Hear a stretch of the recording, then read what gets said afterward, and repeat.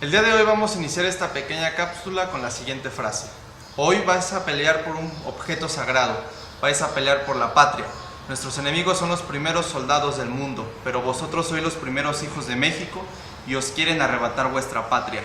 Soldados, leo en vuestra frente la victoria.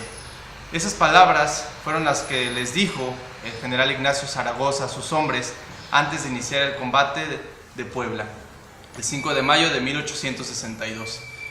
Para entender la batalla de Puebla hay que contextualizar un poco y hay que ir hasta Europa para entender por qué los franceses tenían cierto interés en México. Europa estaba viviendo un proceso de expansionismo, de imperialismo, donde las grandes potencias como Inglaterra, como Francia, como Prusia, estaban buscando ciertos territorios. Entonces, la invasión francesa a México se inserta en ese contexto, en un contexto de expansionismo, donde, bueno, tener una gran colonia en América, como lo era México, que llevaba 50 años de vida independiente, menos de 50 años de vida independiente, pues iba a generar muchas ganancias para el Imperio francés.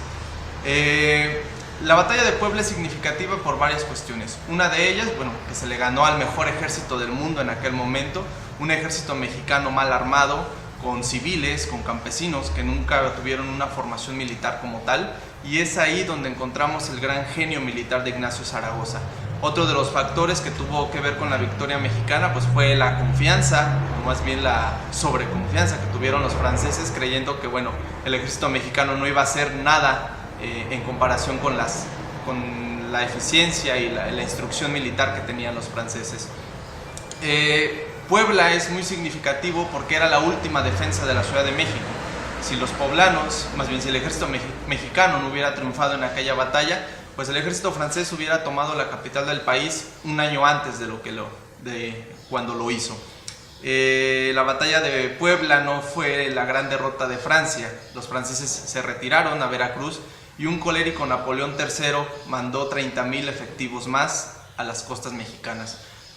Con estos efectivos nuevos, con la muerte de Zaragoza, que falleció en septiembre de 1862, víctima de una enfermedad a causa de las grandes campañas militares que estuvo viviendo, no había ya ese gran general, no había esa gran cabeza, y los franceses, mucho más armados, más concentrados en cuál era el verdadero objetivo, tomaron Puebla y meses más tarde tomaron la Ciudad de México.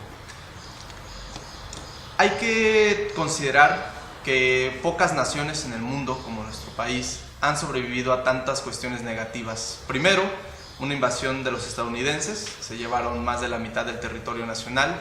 Posteriormente se da esta invasión de Francia, se da un proceso de imperio, donde el emperador ni siquiera va a ser mexicano, va a ser un austriaco impuesto por Napoleón III en colisión con los conservadores en México.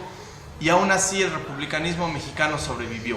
Eso es algo que hay que agradecerle y reconocerle a Benito Juárez García. México sobrevivió a 2 invasiones extranjeras. México ha sobrevivido a la inestabilidad política, social, económica, sobrevivió a una revolución mexicana que deterioró muchísimo las instituciones, la economía de la nación.